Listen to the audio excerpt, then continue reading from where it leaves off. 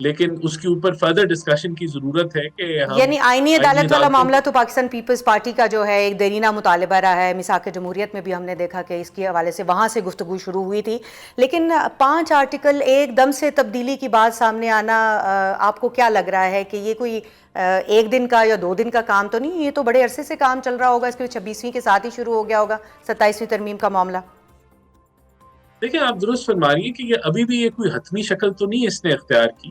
یہ تو جو جتنے موضوع ہیں, ملک کے اندر تبدیلیاں آ رہی ہیں, سیکیورٹی سچویشن تبدیل ہو رہی ہے, آئین کے اندر جو جوڈیشل نظام ہے اس کا فیڈ بیک آیا ہے 26ویں ترمیم کا, اس کو دیکھتے ہوئے آئینی عدالتوں کی طرف بڑھنا چاہیے ہے یا اسی کے ساتھ چلنا چاہیے, یہ ایک ڈسکشن کا پوائنٹ آف ویو ہے. تو یہ کوئی ایسی چیز انہونی بات نہیں ہے کہ جو ہے اگر یہ ہونے جا رہا ہے اور کنسلٹیشن کا پروسیس سٹارٹ ہونے لگا ہے تو یہ ایک اچھی بات ہے. جہاں جہاں امپروومنٹ کی ضرورت ہے وہاں امپروومنٹ کی جائے گی. آبادی کے ایشو ہیں اس ملک کے اندر, اور اگر ہم نے آبادی کو نہیں کنٹرول کیا وہاں it is a devolved subject, لیکن اس لحاظ سے ایک سنکرونائزیشن سے چیزیں نہیں چل رہی.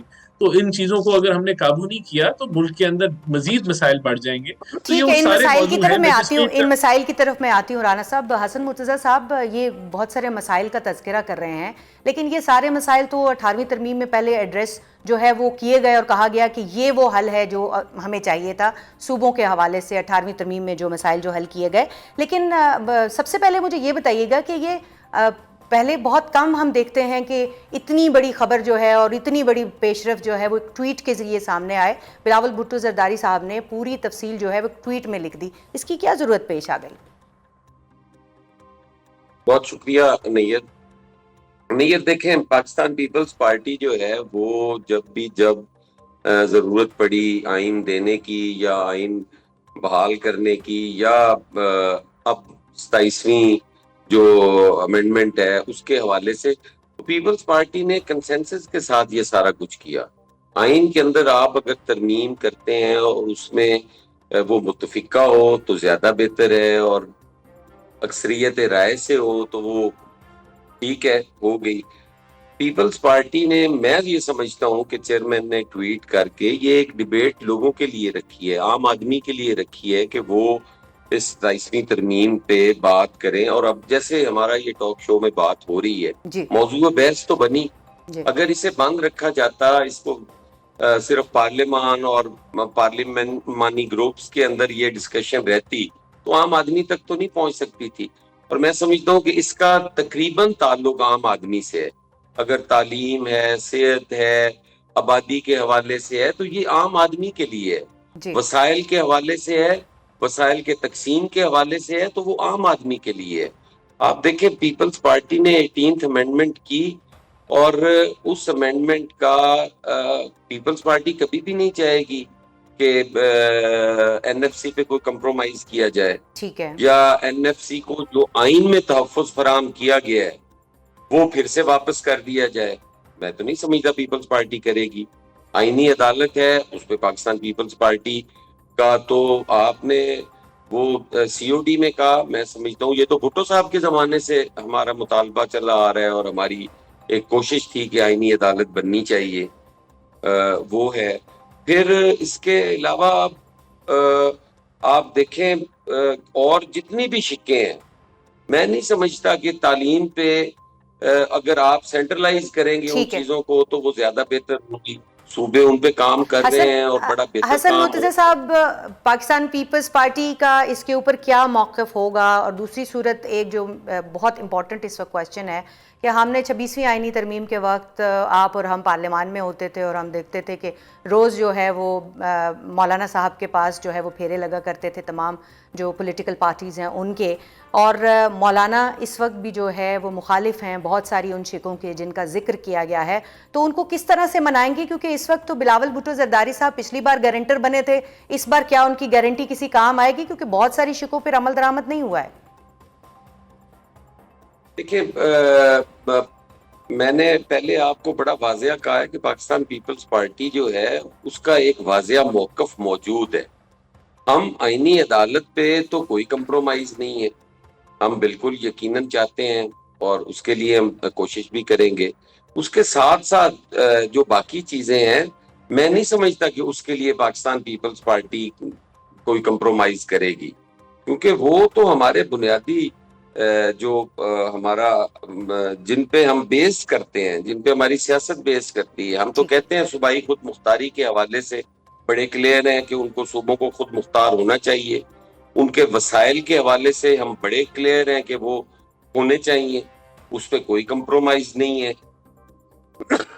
تو اس لیے، اور پھر جو ہمارا آپس میں میرا خیال ہے تعلق اور رویے رہے ہیں پچھلے کچھ عرصے میں، جی وہ بھی ہمارے سے یہ تقاضا کرتے ہیں کہ ہمیں اتنی نہیں ہے، ٹھیک ہے گورنمنٹ کا ہے، ہم جو چیزیں جو ہماری آئینی ذمہ داریاں ہیں وہ تو ضرور ہم پوری کریں گے، باقی گورنمنٹ ہے وہ اس کو کرنا چاہیے، اور آئین میں ترمیم وہ اپنی اکثریت کی بنیاد پہ کر سکتے ہیں، اگر ان کے پاس اکثریت ہے تو یقیناً وہ کر سکتے ہیں، اور اگر نہیں ہے تو وہ ان کے سوچنے کی ہے۔